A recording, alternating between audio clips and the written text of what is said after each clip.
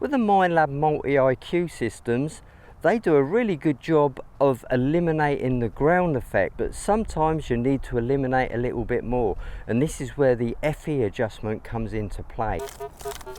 Do you know, sometimes you think you've encountered all types of UK soil, then you come 20 miles down the road to a new field and it just throws it all out the window.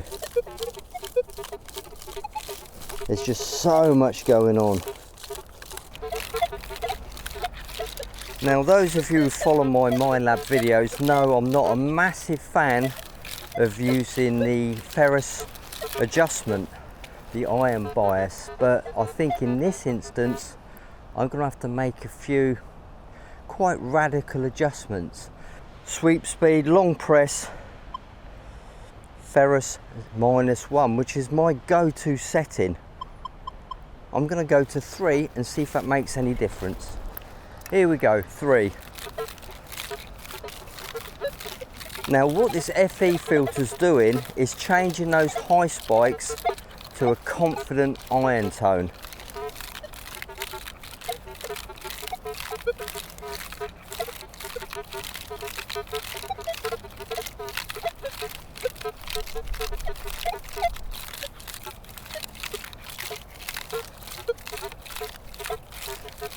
That calmed it down a lot. I'm not going to dwell on this because I know what setting it needs to be. It needs to be maximum 9, and that's bottle cap reject territory. So let's try it at 9.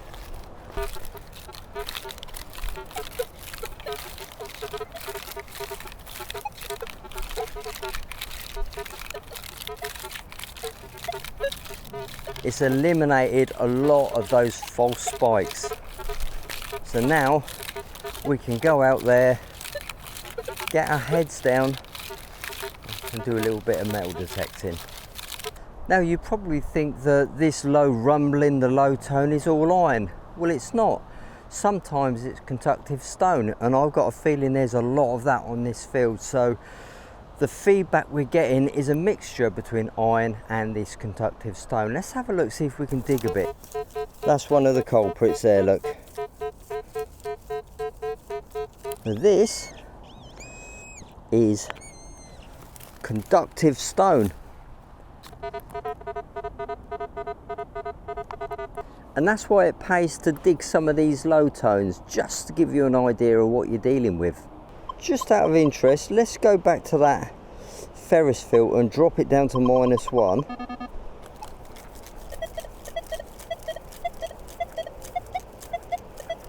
She's back.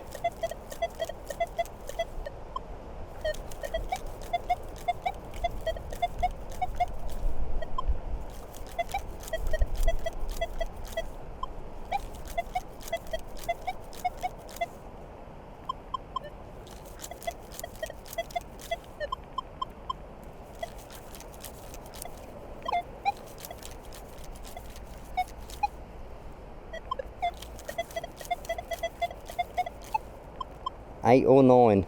Just goes to show you, doesn't it? You know, you might think you understand the machine, and I like to run the ferrous at -1, etc, etc, which I do on a Roman site, but when you actually need it, it's there.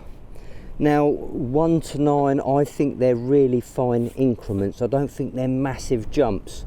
So like I say, don't be frightened to ramp it right up, but just be prepared, there will be a trade-off. But then again, that can be the difference between having a good day's detecting or a bonkers day's detecting with loads of noise, can't it? So just try and balance the whole thing. Balance the sweep speed, the ferrous filter, and your sensitivity.